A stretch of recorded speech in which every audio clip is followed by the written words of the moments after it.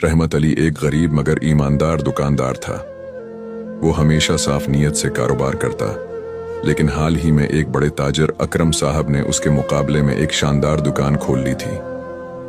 अकरम की दुकान पर चमक दमक थी, लेकिन वो मिलावट शुदा और नकली चीजें महंगे दामों बेचता था।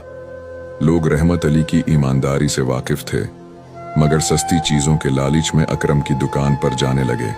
एक दिन अकरम की दुकान पर एक अजनबी आया जो दिखने में आम सा शख्स था, मगर उसके हाथ में एक कीमती अंगूठी थी। उसने अकरम को ऑफर दी, यह अंगूठी एक बादशाह की निशानी है, अगर तुम मुझे 500 दिनार दो तो ये तुम्हारी हो सकती है। अकरम को लालच आ गया, उसने जल्दी में सोना चेक किए बगैर अंगूठी खरीद ली।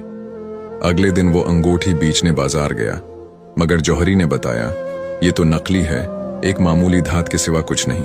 अकरम गुस्से में पागल हो गया।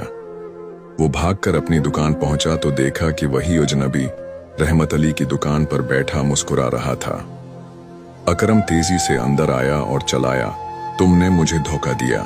अजनबी ने सुकून से कहा, नहीं, मैंने सिर्फ वही किया जो तुम दूसरों के साथ करते हो। अगर दूसरों को धोखा देने में मजा है तो खुद धोखा खाने में कैसा लगा? रहमत अली ने हैरानी से पूछा, तुम कौन हो? अजनबी ने मुस्कुराकर जवाब दिया, मैं सिर्फ एक मुसाफिर हूं जो दुनिया के लालची लोगों को उनका इंजाम दिखाने आया है। ये कहकर वो शख्स वहां से चला गया और इकरम अपनी बेईमानी की सजा पर शर्मंदा खड़ा रह गया। नतीजा, लालच और धोखाधड़ी वक्ती फायदा तो दे सकती है, मगर कुदरत का निजाम कभी किसी का हक मारने नहीं देता।